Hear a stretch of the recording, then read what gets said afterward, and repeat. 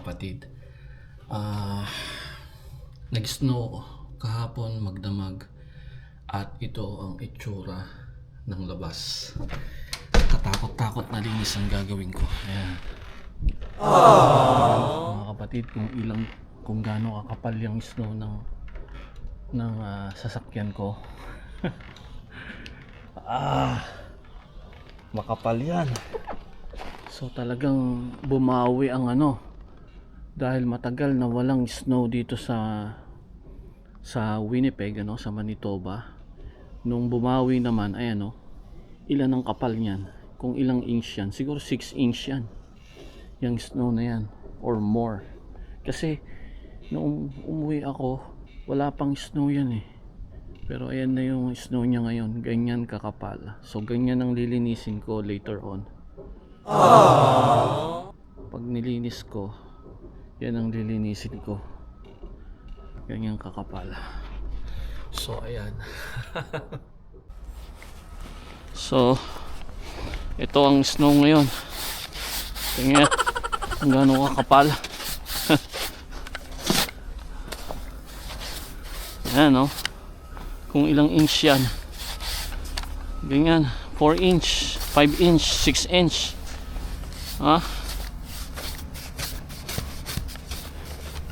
Ganyan katindi. Tapos lilinisin pa yung driveway kasi nga hindi ka makakalabas dyan.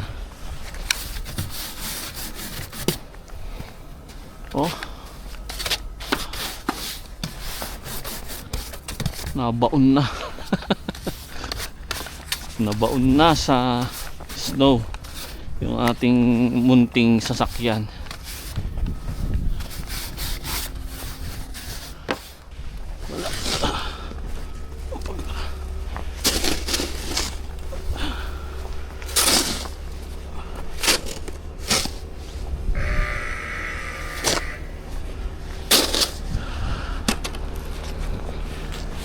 Talaga.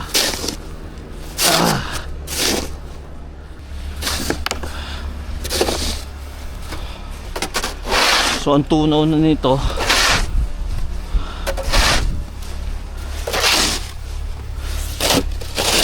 sa March or April na.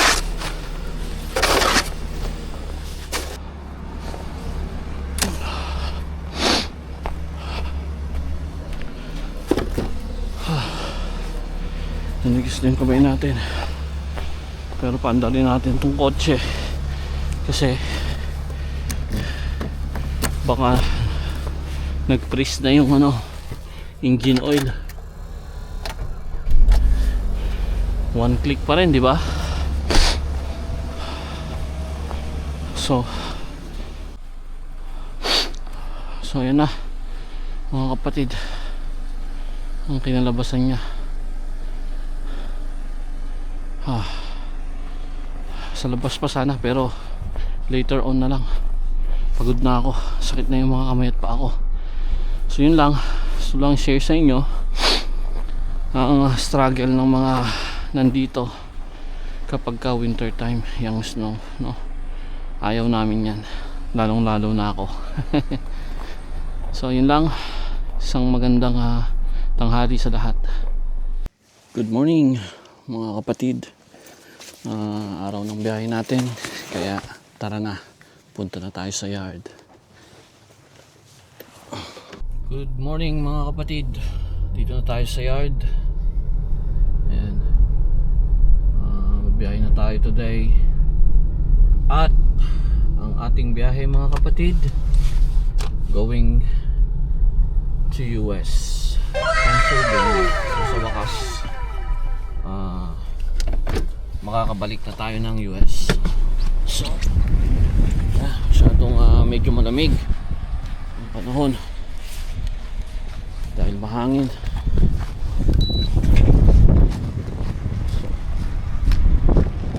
So hangin, hindi ko ninyo.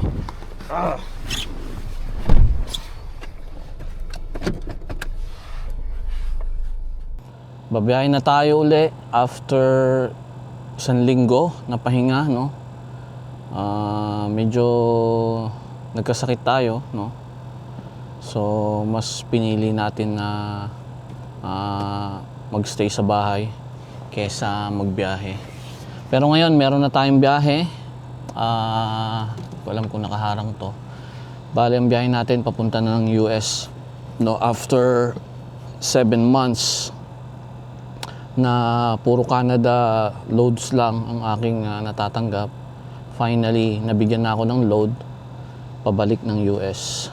Meron kasi akong inansikaso kaya hindi ako nakakabiyahe ng US, pero ngayon pwede na uli na bumalik ako ng US. So ang ating unang biyahe after 7 months is papuntang Pennsylvania, no? So samahan niyo ako sa biyahe. Nailagay ko na lahat ang aking gamit sa truck, pinapainit ko lang, then ipapark tong kotse, and then mag-start na tayong mag pre-trip, mag-diesel, then diretso na tayo biyahe papunta sa border dito sa Pembina. So samahan niyo ako mga kapatid sa panibagong biyahe na naman ng buhay. This time papasok tayo ng USA. Kita-kita tayo sa daan.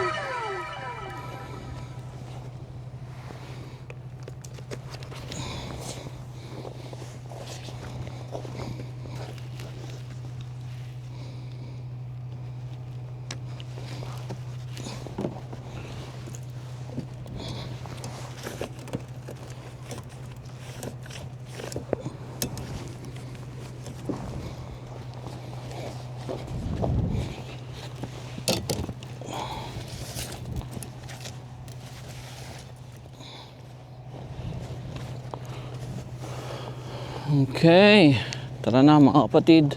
So nakita nyo, wala halos mga nakapark na kotse. Pag may mga maraming kotse rito nakapark, ibig sabihin maraming nasa biyahe. Pero nakita ko naman doon maraming load kasi weekend ngayon, ano? Saturday ngayon dito. Kaya nasa bahay pa, naka-off pa yung mga ibang drivers. So mangilan-ngilan lang kami na babiyahe ngayon, magi-start ng Saturday. So ayan, malakas ang hangin ngayon dito sa Winnipeg.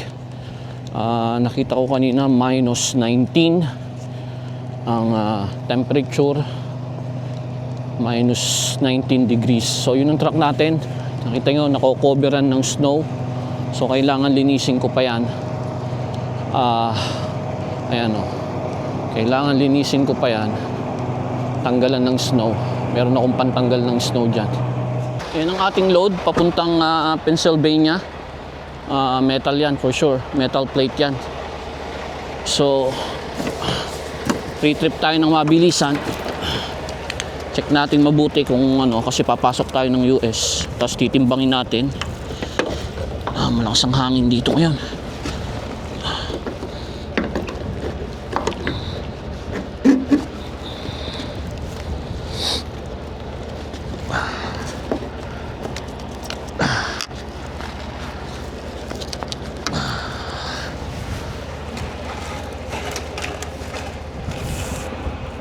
Masyadong hilang-hila ito eh. Sana ang spring na to medyo lumuwag na kasi masyadong nahihila yung ano.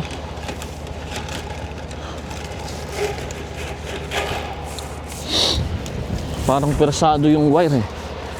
Baka mamaya eh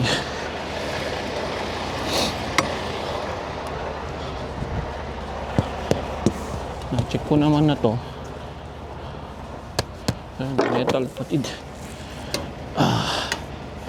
Ayaw pumasok nito. Ayun.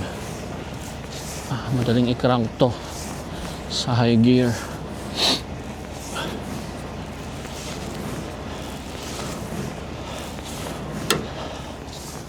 Magagasgas pa yung ating camera.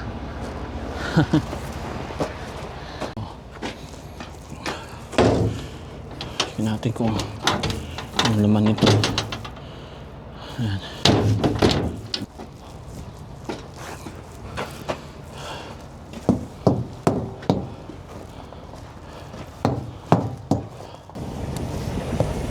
Bastang hangin.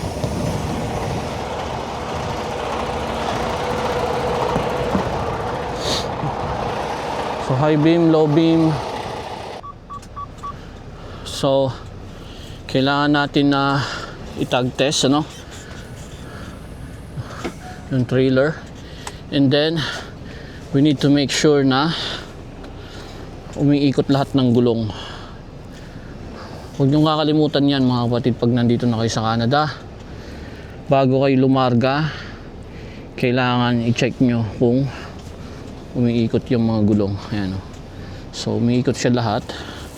Nandito tayo sa kabila. Umiikot lahat, oh. Bago kayo magpatuloy, no, kasi sira ang gulong yan. Kapag mga isa dyan hindi umiikot, hindi mo mararamdaman yan kasi magi-slide lang yan dyan sa snow, no, and then malakas yung makina. Ang akala mo umiikot lahat pero may isang gulong pala na frozen, ano, frozen brake. So hindi siya umiikot, kumakaskas lang siya, masisira yung gulong mo. Malaking abala yon, no. Kaya you need to make sure na umiikot ang mga gulong kapag ka nag-start na tayo sa umaga, lalo na pagka double minus degrees, ano, like 15, 20, lalo na yung minus 20 pa baba, tapos malakas yung hangin kagaya ngayon. Kailangan isigurado na umiikot lahat ng trailer tires. Siyempre sa tractor medyo mararamdaman mo yan kasi malapit sa'yo, nandyan lang sa likod mo. Pero yung sa trailer, lalo na yung pinakadulo, mahirap mo maramdaman yan pag isa lang ang hindi umiikot. Kakalad ka rin niya lang yan, masisira yung gulong. Ayun. And isang technique na sinabi sa akin ni Boss Marco, no, kapag ka mag-stop ka na sa gabi,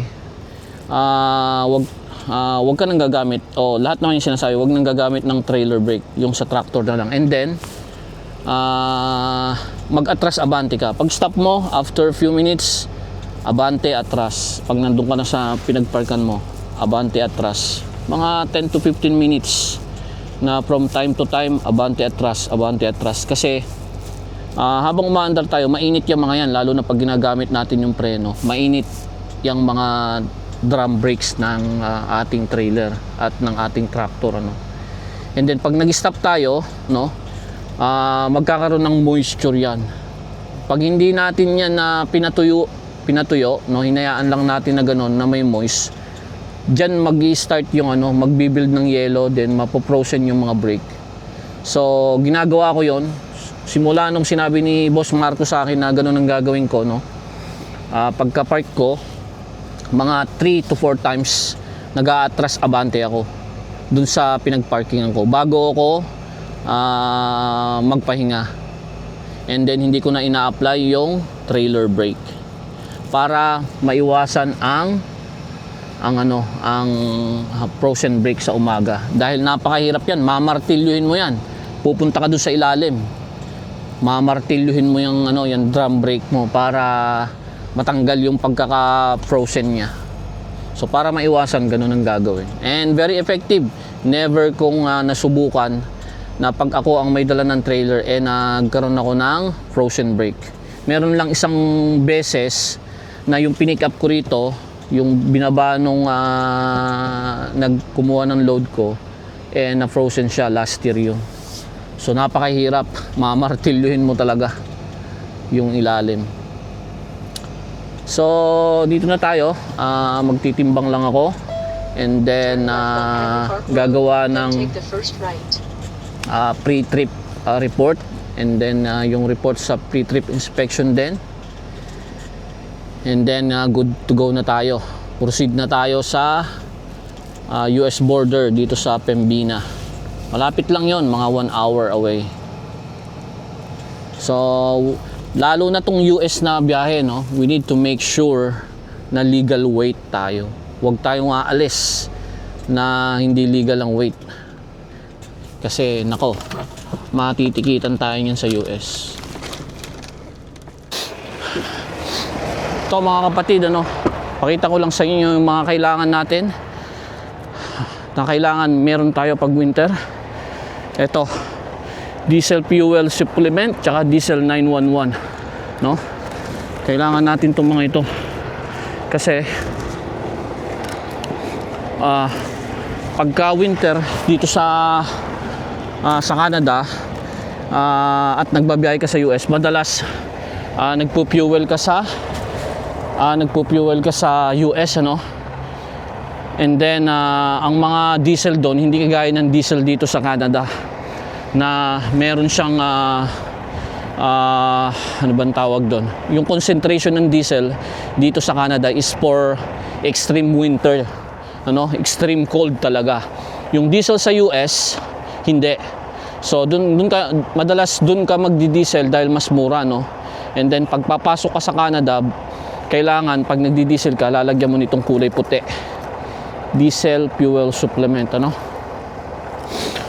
para hindi mag-frozen yung fuel lines mo kapag sobrang lamig. So kailangan to, huwag mong kakalimutan yan, ano, ina-advise sa amin yan. At ito namang pula, itong diesel 911, diba? Pag nakarinig ka ng 911, delikado na. Ibig sabihin, yung mga linya mo is nag-frozen na. Kaya yan ang ilalagay mo ngayon kapag may frozen line ka na, no? Ayaw na mag-start ng truck mo, chinek mo yung injector doon, pinump mo, walang diesel, itong ilalagay mo para yung nag-gel na fuel is maalis niya, no? And then of course ito yung washer fluid natin na minus 45 degrees. So pinuno na natin yan. So kumuha ko nito para sigurado. Good morning ulit mga kapatid, ano? So babiyahe na tayo. Ngayon is ang temperature dito sa Winnipeg, i-check natin, minus 8, ano? Minus 8. Malakas yung hangin. It's like 53 km per hour yung gust nya. So kaya mahangin kanina dyan sa labas. And then check natin yung ating ruta. So dito tayo, dadaan tayo dito. So kung makikita nyo from Winnipeg, ayan, dito tayo dadaan. And then dadaan tayo ng papakita ko lang sa inyo mamaya. May area na may ulan. Tapos yung pula ice yan. Yung blue is snow yan. Yan yung sa dadaanan ko. Madadaanan ko yan for sure. And then tingnan natin kung hanggang ano yan dahil mamayang gabi ay nasa madadaanan ko yan. Dahil sa Black River Falls ako magi-stop mamaya. So hopefully mamayang gabi nakadaan na yan. Pero yung kalsada for sure pagkakaroon ng snow. So ito yung ginagamit ko, no, the weather network para i-check yung weather condition, Canada man or US. So lagi kong minomonitor yan kada umaga bago mag-start ng biyahe. And then yung ruta natin is ito, from Winnipeg all the way to Pennsylvania. Ayan, malapit na tayo sa New York. Kadikit yung Pennsylvania, yung New York State, pero sa New York mga 3 to 4 hours na lang. So ang total kilometers niya is 2,409 kilometers mula dito papunta dun sa delivery ko. So dadaan tayo ng Pembina border. Yan. Emerson Pembina border, US border from Winnipeg. And then dadaanan natin ng North Dakota. I don't know kung kasama ang South Dakota. Basta North Dakota. And then Minnesota, Wisconsin, ano? Then Illinois, dadaan din natin ng Illinois, no? And then Ohio, no? And then Pennsylvania. So ilang state yung dadaanan natin? 5. So kapag dire-diretsong idadrive, sabi ni Google Map is 21 hours and 52 minutes. Pero 2 days nating idadrive yan, no? Let's see kung saan tayo mag-stop mamaya. Kasi 2,409 kilometers, hindi kaya yan ng 2 days. Kasi sa US, 11 hours lang ang driving time. At kung pangit ang kalsada, syempre mabagal tayo yan. So by Monday na yan siguro, after lunch ang delivery. Depende na lang sa sitwasyon ng kalsada. pwedeng abutin ng Monday morning. Let's see kung ano ang naghihintay sa atin na kalsada, kung ano yung sitwasyon. So sama-sama tayo, papasok na tayo uli ng US, samahan nyo ko.